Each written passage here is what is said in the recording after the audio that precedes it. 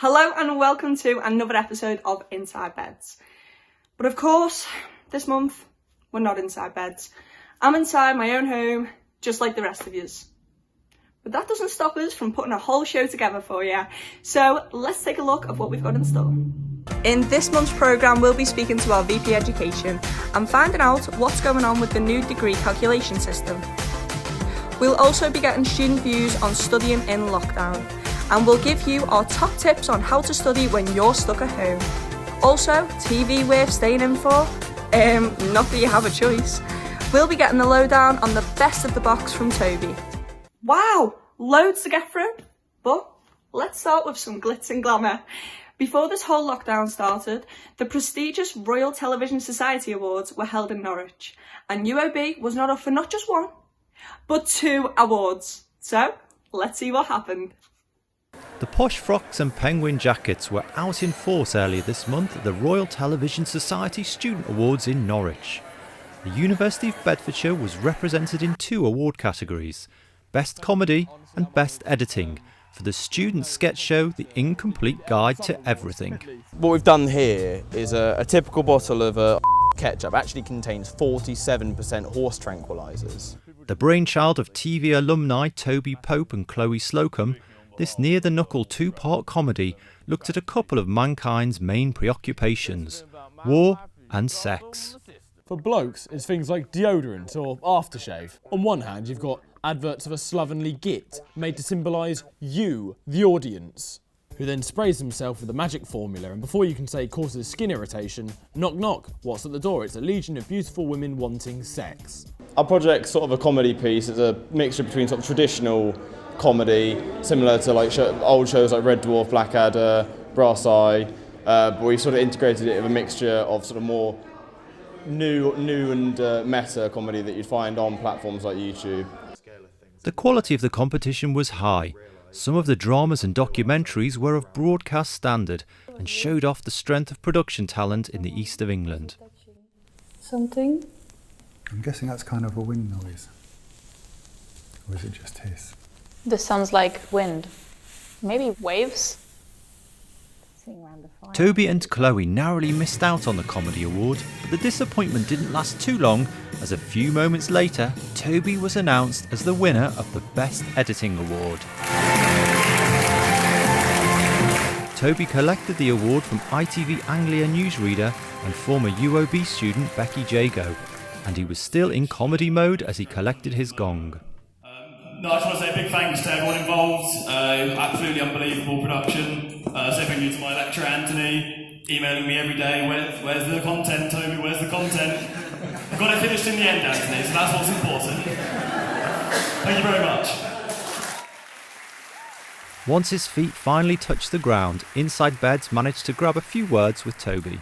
It's absolutely incredible. I had no idea going into this what it was going to be like, and I had no idea what the other nominations were. They were all absolutely incredible, so the fact that I could come away with something absolutely amazes me.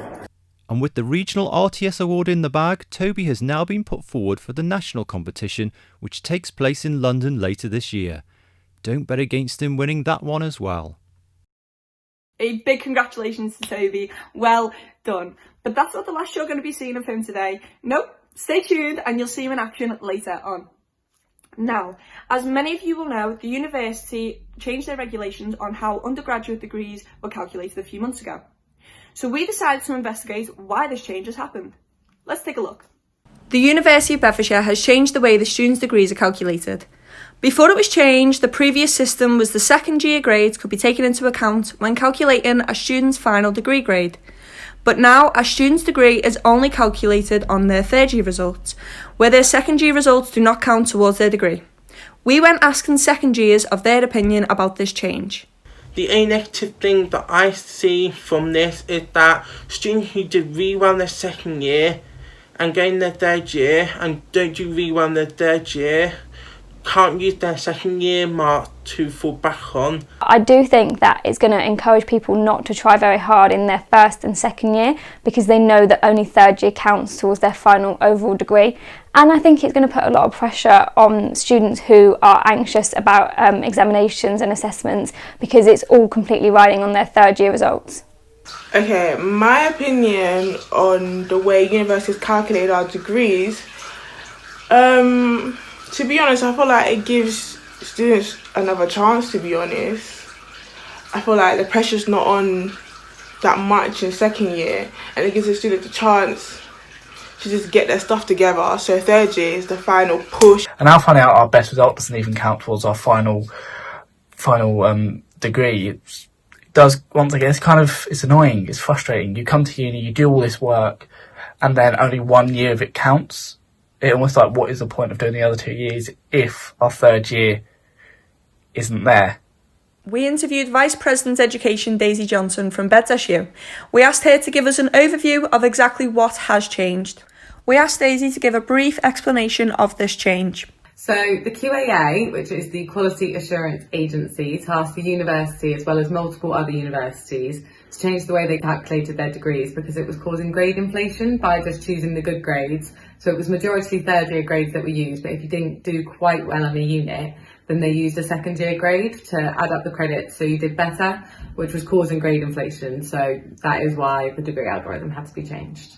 We asked Daisy how the students have reacted to the change. So it was a bit of a mixed bag. So some students weren't really bothered. We didn't hear from a lot of students about it, but there was a large amount of students that were quite angry about it. When we got to the root of the problem, it really was that they weren't informed of the change. So they just suddenly heard about it and the university didn't properly inform them of what was going on. And if they had informed them, I think a number of students wouldn't have been that bothered. We asked Daisy how have students got involved in the change. Not just second year students, a number of third year students and first year students also got involved. They started a petition on the BEDS-SU website. After discussing it with us, their original idea was to just change it back to the way it was, which wasn't possible anyway. And also after discussion, we realised that it wasn't even the best way to do it. And so what the petition was about was trying to make a new degree algorithm that was a more broader spectrum of all your years that added up to it, so it was fair. However, the petition didn't get enough traction, so we couldn't do anything about it, so it kind of stopped there. We asked Daisy how have BEDS-SU reacted to this change. So when it all started coming out about all the changes to the degree algorithm, we were actually just as shocked as everyone else. It was the previous exec year that were mildly part of the change, and the university decided what the change was going to be and then came to us to discuss how to put it out there. And the exec team at the time said it needs to be communicated thoroughly to students, which obviously it wasn't, and it got lost a little bit. But after that, we did go out, we happily spoke to all the students. I put a statement out on the website to inform students of what it was, and I also lobbied the university to try and get a message out to all students across the board to tell them about it. So it stopped all the speculation of what it was and the lack of knowledge about what the proper change was. We asked Daisy how has she reacted to the change. My personal opinion is that I understand that there had to be a change, and I don't necessarily like the way that the degree algorithm was calculated originally anyway. In my opinion, I think it would have been better to do a weighted degree algorithm, so say 20% in second year, 80% of third year, because I feel like that's a better reflection of everyone's grades, and it's not cherry picking, it's a full reflection, but it's just weighted slightly differently. And everyone says that your third year counts the most, and if you're following how things work, then you tend to do better in third year anyway. But I do think it'll be a little bit less pressure on third year if there was a bit of second year involved. But if you look at the way that they studied it and the statistics, most people do better in third year anyway, so hopefully this won't have too much of an effect on students. It looks like the change is staying for good. So our advice is to make sure you work really hard and pull out all of the stops in your third year, as now it is only your third year marks that count towards your final degree calculation. Well, whether you're in third year or not, studying has become more tricky these days because of lockdown.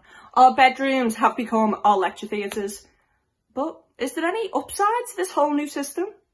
We decided to ask a couple of students to see how they're coping with it.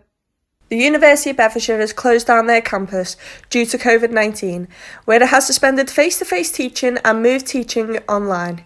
We spoke to students asking them how this has disrupted their learning and their assessments. So I'm personally affected by it due to my final project. In my final project we create TV programmes. So my TV programme, I had it planned, I had it all ready to go, but then sadly this all happened, so I've had to scrap my idea completely. So I'm able to do it while I was in lockdown. So it does make me worried that maybe the quality of my work might not be as great as it would have been if this didn't happen. So COVID-19 has affected my learning and assessments at university massively. I'm meant to be graduating in a matter of weeks, yet I'm unable to finish my final assessment. COVID-19 has definitely affected me, especially because I am a university student and I commute to university. It has lessened my chances of like booking out equipment for doing editing stuff and things like that, because at home I do not have those equipment or editing software to do my own work. So it has affected me a lot. It has made my assignments also change and a little bit more difficult, as I have to do everything at home right now. And as we're also on lockdown, it's very hard for me to go out and film when we're only allowed to go out for necessities like food and stuff like that. So it has been very, very hard to be filming and to be also doing my assignments when everything is going on at the same time. I do feel like a lot has changed, and it has been very difficult for me to do my assignments, dealing with the whole situation.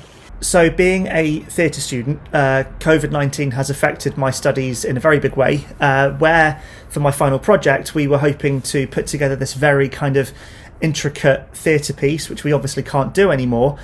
We now have to completely go back to the drawing board and rewrite all of it in the form of like a YouTube kind of vlog mini series. So not quite the impact that we wanted to have given the plans that we had for our theatre piece, but now we're all having to work on it from home and on an international scale, because one of my course mates who is working with me in my group has been repatriated back to Poland, so we're having to video chat, we're having to talk about everything over Zoom, as well as film our own content, view it from Poland or from the UK, and then catch up again on Zoom, talk about it later. So it has had a very big impact on my studies. This has affected my studies because being manager of the radio station is that I'm not able to be there physically to interact with other students, other volunteers at the station, to help them with their shows and putting out content, etc. on the live stream. So the way that my sort of learning has been disrupted has meant that because I'm doing a Masters in International Journalism at the moment, we're coming towards our final project over the summer, and our preparations for that has not been as ideal as of course, being in university and having the teaching time. But I do feel that our Zoom meetings are working and are being helpful. Where we go from here in terms of graduation and sort of looking towards 2021 and beyond, I don't really know. But for the time being, I feel like, you know, having the Zoom meetings and being in touch with my lecturers has been helpful. As a third-year journalism student, I didn't really have that much classes anymore, but it definitely impacted my special project, but I would say in a positive way. I have more time to focus on it and spend more time doing interviews, scheduling them, because I don't have to work and I don't have to go to uni. So I would say it's a positive. So there you go. It's not all bad. But fingers crossed we'll all return soon. Now, you've seen him pick up an award earlier on in the show, and now he's going to give you the lowdown on this month's Best TV. So Toby, take it away. Up next, will Diane from Sussex find her dream house in Properties for a proper tease? Oh, don't mind me. I'm just hiding out in my garage waiting for this to all blow over. I mean, I have a house that I could live in, but my family live there, so I'd have to socialise. Ugh. Looks like it's just me, some bevies, and some TVs. Why don't we have a look at what you can watch right now? First up is Netflix's new American sitcom #BlackAF. You may be thinking that the title of the series is out of touch and frankly stupid, but trust me, that's fairly fitting for the show. That's crazy. This would be a great place to play Count the Black People. That'll be a very short game. Incredibly short.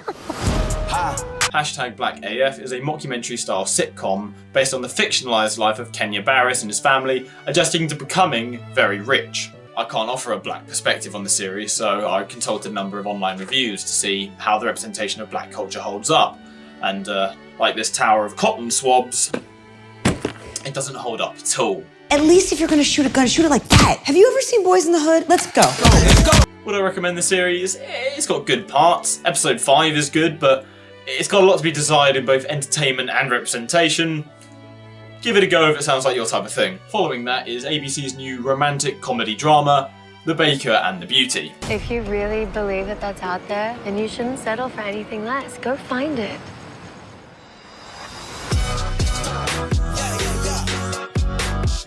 The premise for the series is very Notting Hill. Everyday baker man Daniel Garcia, played by Victor Razouk, has a chance encounter with famous Australian model and entrepreneur Noah Hamilton, played by Nathalie Kelly. The two begin to fall for each other whilst at the same time both questioning if things are right and if the feelings they have for each other are real. It's everything you'd expect from a romantic comedy drama. It's romantic, it's comedic, and this may shock you to your core, but it's also quite dramatic. I personally feel a lot of similar series rely too heavily on misunderstandings between the two characters to divide them, whereas I felt this series takes a more realistic approach to relationships. The two leads don't know what it is they want, and they're worried that the feelings they have for each other might not seem real to the other. I want what my parents have. It's magic, the two of them. They make each other better. Would I recommend the series? Positively, yes. The series is an adaptation of one of the highest rated scripted programs in Israel, and I can understand why. If you need a little love during these trying times, then give it a watch and swipe through Tinder during the adverts. Up next is Apple TV's new documentary series, Home. Unfortunate timing with the name. One of the unexpected byproducts of believing in my neighborhood is that it's allowed me to feel safe and free and home. The series is about some of the most strange and extraordinary homes that dare to defy expectations, including a 3D printed house, a greenhouse house, or a house built from recycled materials. From what I've seen of the series, it's genuinely very good. The cinematography is beautiful, the people and places they cover do genuinely offer a diverse way of living, which might not be for me personally, but I can appreciate their desire, although I'm hardly one to talk, as I'm living in a garage. My only critique is each episode gets a bit similar, and since it's a documentary series, you can't really appreciate any writing or character development because there isn't any. Would I recommend the series? Absolutely. It's heartwarming at moments and it's fascinating at moments. Bear in mind that it can get a little bit cheesy with all the feel-good, you can accomplish anything messages like you're listening to a graduation speech on repeat. And with that, hopefully I've introduced you to some new TV series to alleviate your boredom so you stop making towers out of cotton swabs. Until next time, cheerio and remain indoors. Thank you so much, Toby, and we hope you get out the shed soon. Now, studying in lockdown can be a challenge, but do not fear, because Inside Beds is here to give you top tips on how to study in lockdown. Let's take a look. Due to the recent situation of COVID-19, many of us are working on studying from home. Most of us will face challenges, especially if you're not used to it, so I'm here to give you the top 5 tips on how to make the most of working and studying from home. Produce a daily plan. You can do this by organising your daily tasks into a diary and ticking them off as you go along. Having a tidy working environment is so important. You can do this by working at a desk and staying away from your bed, as you don't want to have unexpected naps. Keeping your distractions away. You can do this by switching off your notifications and turning off your phone. Make sure you wake up early. By doing so, you can have an early start and early finish. Take a break and take care of yourself. Do regular exercise while working out or taking a daily walk. So that was Inside Bed's top 5 tips for working and studying from home. And this is about all we have time for here today. We hope you'll join us for our next episode of Inside Beds, as long as you stay at least 2 meters away from me. You know what I mean, rules and that. So until next time, stay happy and stay healthy. My name's Heidi, and I'll see you next time. Bye!